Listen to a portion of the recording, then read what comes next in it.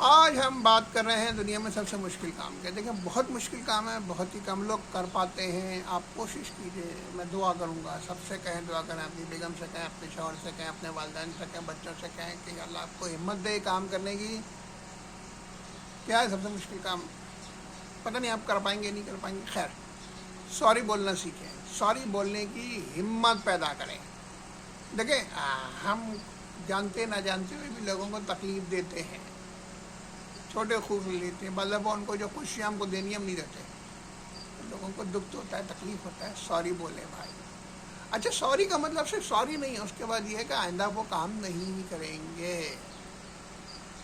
میں تو کوئی غلطی نہیں کرتا. ارے بھائی کرتے ہو بھائی. پانچواں کلمہ کیا کہتا ہے؟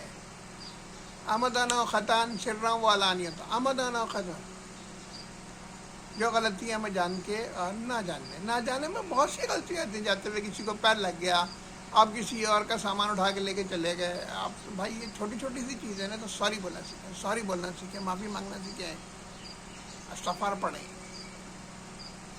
اللہ کے بندوں کو اگر آپ کوئی چھوٹی سی بھی تکلیف دیں گے نا, تو دیکھیں اس کا اکاؤنٹ اللہ میں رکھتا ہے. اللہ میں اپنی غلطیاں معاف کر دیتا ہے, اس کو کوئی فرق ہی نہیں پڑتا نا بھیا.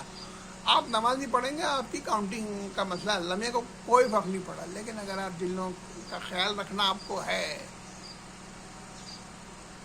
بیگم کی سالگرہ نہیں یاد رہی یار, بہت بڑی غلطی کی ہے آپ نے. پتہ ہے یہ سزائے موت سے بڑی بھی سزائے موت بھی کم ہے اس کے لیے. سوری کر لے یار, ایک چھوٹے 50 روپے کا پھول لا دے, 80 روپے کا برگر لا دے, سوری بول بھائی, سوری بولیں, مسکرائیں. اور غلطیاں, اپنی غلطیاں دہرائیں نا, ایک نیت کے ساتھ سوری بولیں. شکریہ بھائی, اللہ آپ کا خیال رکھے. میں آپ کا ڈیٹیل بابا.